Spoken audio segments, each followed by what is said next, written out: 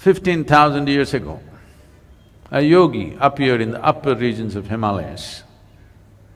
Nobody knew where he came from, his antecedents were completely unknown.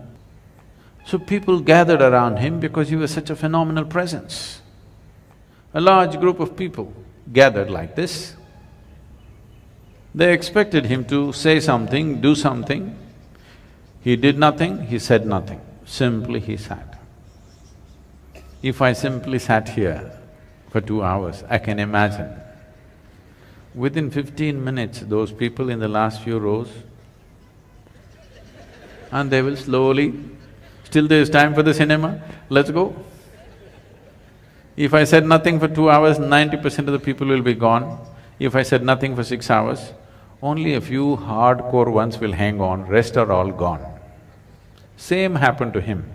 He said nothing, did nothing, simply sat still. Not for a day, not for a week, for months on end, he simply sat still. Everybody was expecting a miracle, nothing happened, he just sat. But they were missing a most fundamental miracle because the nature of your body is such right now, you're well attended to. You had lunch in the afternoon and maybe you snacked in the evening and so that you don't fall asleep, you had a coffee and maybe you have something in your bag. So many things. All these things are being attended to, so this is fine. Suppose we just make you sit here for 4 hours. Sadhguru, at least some water? Okay, drink water. After drinking water, can we just sit here, Sadhguru? That one? Okay, do that and come. Sadhguru, okay, if you give this, the next one, no permission, this'll just go. Or in other words, what you call as a body is a series of processes. Only if you're attending to them, it's fine. If you don't attend to it, then you see what a trouble it is. When you do not attend to the body, if you're hungry or why all that, people say, how long 1 minute is, depends on which side of the bathroom door you are. From inside, somebody says just 1 minute. Outside, it's 1 eon, okay? So because this is the nature of the body, if you do not attend to it, it'll become so compulsive and get you into such big trouble. But here he just sat. He neither ate, nor drank water, nor went to attend to nature's calls, simply he sat still. People could not even make out whether he's alive or dead. The only sign of life was, off and on, tears of ecstasy were dribbling down his cheeks, otherwise he simply sat unmoving. Then only 7 people hung on. They realized the miracle of him sitting here like this, because if he has to sit here like this, he has transcended physical nature, otherwise you cannot sit like this. These 7 people hung on. Today we celebrate these 7 people as the Sapta Rishis. These were his first disciples of the Adiyogi. So this Adiyogi just sat there, these 7 people showed interest. He told them, this is not for you, this is not entertainment. But they said, no, we're willing to do anything. He gave them a few preparatory steps, they prepared for many years.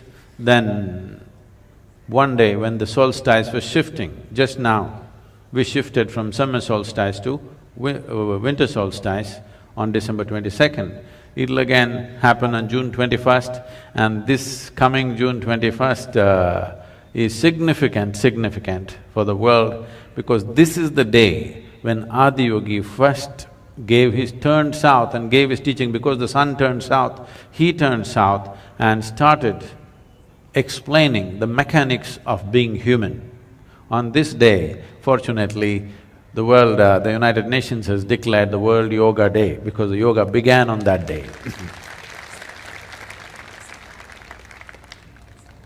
This incredible process of exploring the human mechanics went into the process. This predates all religion. When there was no religion on the planet, 15,000 years ago, he went into the mechanics of what it means to be human. And various aspects happened. He opened up 112 different ways in which a human being can attain to his ultimate nature. And when people asked, especially his wife Parvati asked, why not more? Why only 112? Then he said, if you are rooted in the body, there are only 112 possibilities. If you transcend the body, how many atoms there are in this universe? That many doorways are there if you're willing to explore it. But if you're rooted in this body, there are only 112 ways. And the whole yogic system subscribes to this even today because nobody has found more ways. Any number of yogis have explored in a million different ways, but there is no other doorway. In this body, there are 112 ways into which you get there. So for this, how to generate this, how to make this work the way you want it. So this whole mechanics, he started, Adiyogi explored for many years and he gave this elaborate knowledge to the world and then asked these 7 people to go in 7 different directions in the world.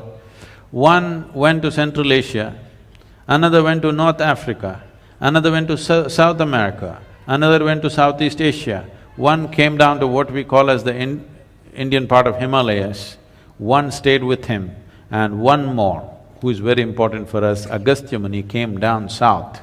He is known as the father of southern mysticism because he did not spare a single human habitation south of the Vindhyas.